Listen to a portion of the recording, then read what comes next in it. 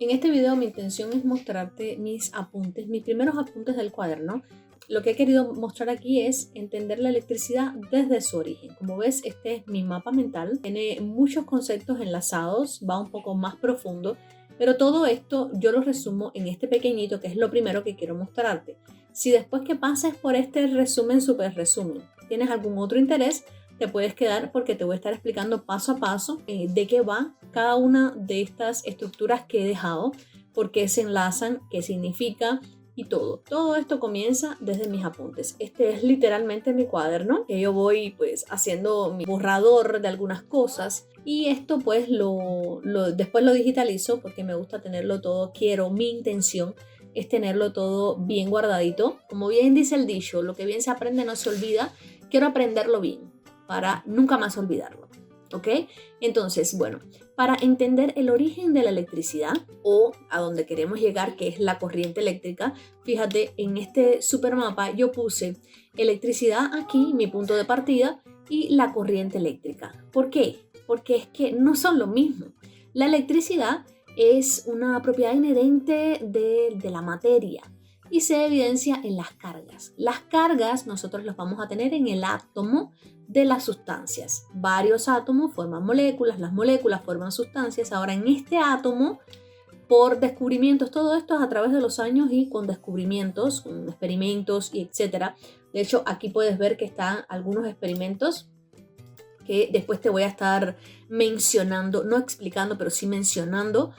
Y de todos esos experimentos y cosas que se hicieron, se llegó a la conclusión de que el átomo tenía electrones, protones, neutrones y otros más, que es un poco más profundo, pero lo que nos interesa a nosotros es esto, porque de aquí es el principio básico para nosotros poder tener la corriente eléctrica. Pero bueno, en fin, todo esto, llegamos a las sustancias. Las sustancias, vamos a tener sustancias conductoras y sustancias aislantes. Para nuestra creación de la corriente eléctrica, vamos a irnos por los conductores, que en general son los metales. Estos metales son conductores, ¿por qué? Porque poseen electrones libres y esos electrones libres se descubrió que al forzar su movimiento aplicando una diferencia de potencial o voltaje, entonces surge la corriente eléctrica, porque la corriente eléctrica es el movimiento ordenado de estos electrones. Entonces así surge la corriente eléctrica partiendo de que la electricidad ya viene como característica inherente de la materia.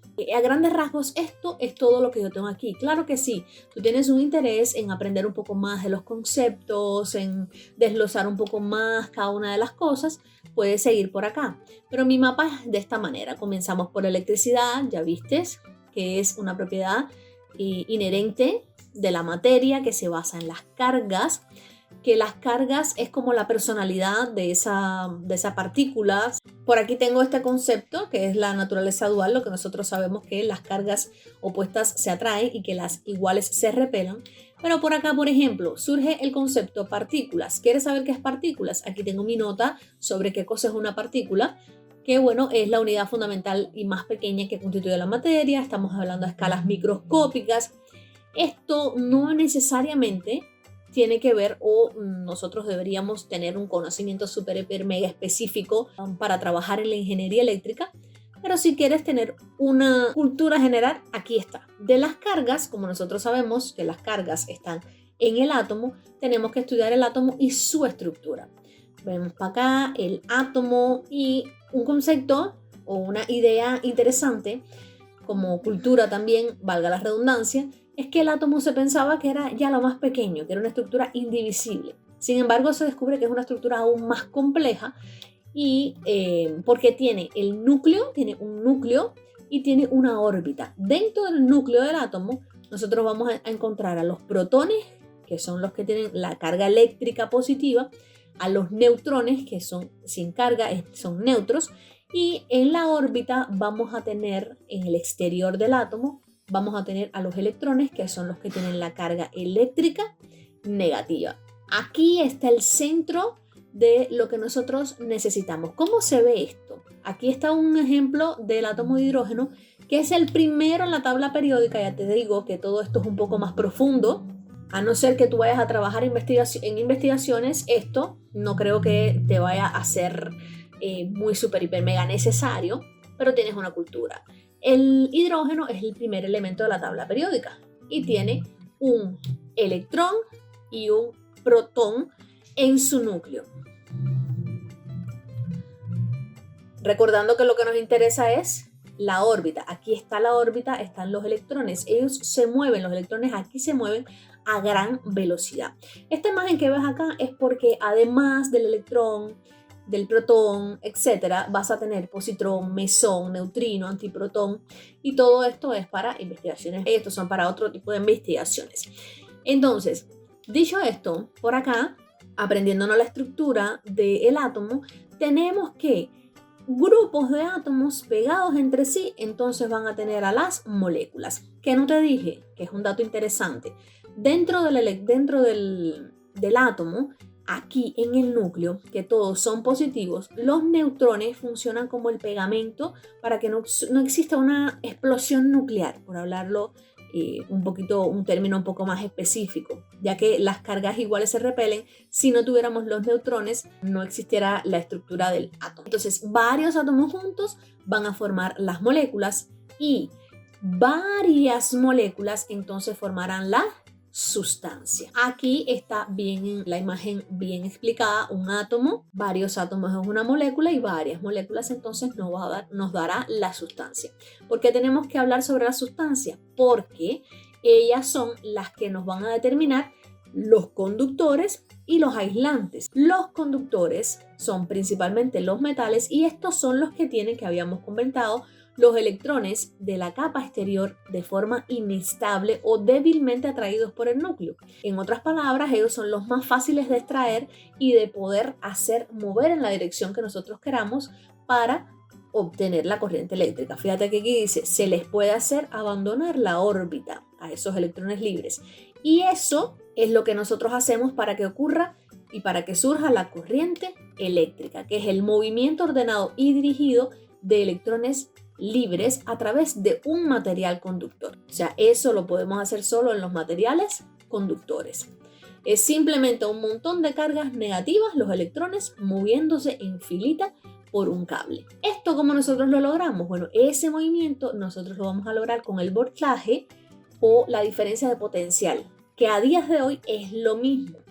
Nosotros podemos mencionar tanto voltaje como diferencia de potencial, que surge cuando hay una diferencia de carga entre dos puntos. Esto se logra con una diferencia de carga, un desequilibrio. Ese desequilibrio, ¿cómo se crea? Se puede crear de varias maneras. Un ejemplo clásico es el ejemplo de la batería. Fíjate que vamos a tener carga negativa por un lado y carga positiva por otro. A la vez que nosotros conectamos algo acá, que cerramos el circuito, entonces estamos forzando el movimiento de los electrones y generando una corriente eléctrica. Esto lo puedes ver, de hecho aquí hay un video que me encontré en YouTube súper lindo, súper bien explicado, que te da todas esas informaciones y un poco más por si aún quieres seguir profundizando, y te voy a dejar el enlace aquí en la cajita de la descripción. Todos estos son materiales, esta es una nota que he creado a raíz del estudio de este video. Y bueno, para acá lo último que te quería mostrar son los experimentos. Estos experimentos son los que demostraron que podíamos separar, o sea, que podíamos forzar ese movimiento de los electrones. Está el experimento de los rayos catódicos, la radioactividad, la ionización, el efecto fotoeléctrico y el efecto termoiónico. Todo esto está aquí bien explicado. Tú vas a tener el acceso a esta imagen, como te decía, lo vas a tener en mi cuaderno. De hecho, no te lo he mostrado, pero déjame que te muestre acá en mi cuaderno, en nuestra página web.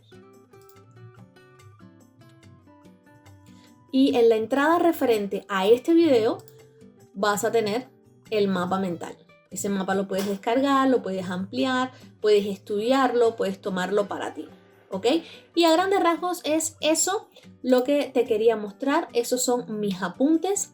Recuerda que esto es para explicártelo a la manera que más fácil se pueda entender.